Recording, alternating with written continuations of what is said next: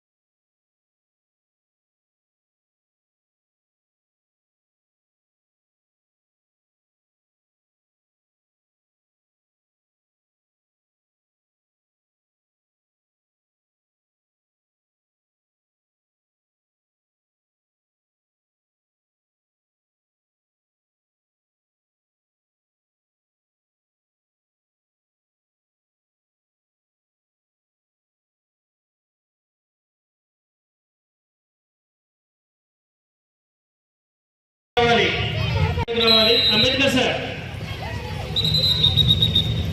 Okay.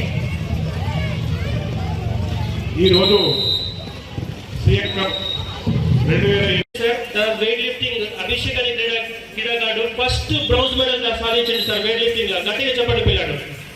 ఎందుకంటే CM cup లో మన నిర్మల్ జిల్లాకే ఫస్ట్ మెడల్ రావడం, దాని తర్వాత అత్యపత్య వివిధ ప్రపంచవ్యాప్తంగా ఎందుకు అతన్ని గుర్తించారు. అతను ఆడిన ఆట వారి యొక్క సొంత దేశంలో అతను దేవునితో సహా వారిని చాలా సంతోషం. గౌరవ ముఖ్యమంత్రి రేవంత్ రెడ్డి గారు మరి ప్రజాప్రభుత్వం ఏర్పడిన తర్వాత విద్యార్థులలో ఒక మంచి క్రమశిక్షణ తీసుకురావాలి, ఆటల్లో మంచి నైపుణ్యులు వాళ్ళని వెలిగియాలనే ఆలోచనతోటి ప్రతి సంవత్సరం సీఎం కప్ని నిర్వహిస్తున్నారు. దానిలో భాగంగా ఈ యొక్క కప్ యొక్క ముఖ్య ఉద్దేశం ఈరోజు వాస్తవంగా నిన్ననే స్టార్ట్ అయిన రాష్ట్ర వ్యాప్తంగా కూడా ర్యాలీ కార్యక్రమాలు, తదనంతరం ఏవైతే సంక్రాంతి హాలిడేస్ తర్వాత గ్రామ పంచాయతీ నుంచి మొదలుపెట్టి రాష్ట్ర స్థాయి వరకు కూడా కార్యక్రమాన్ని ఆటల పోటీలు నిర్వహించబోతున్నాం.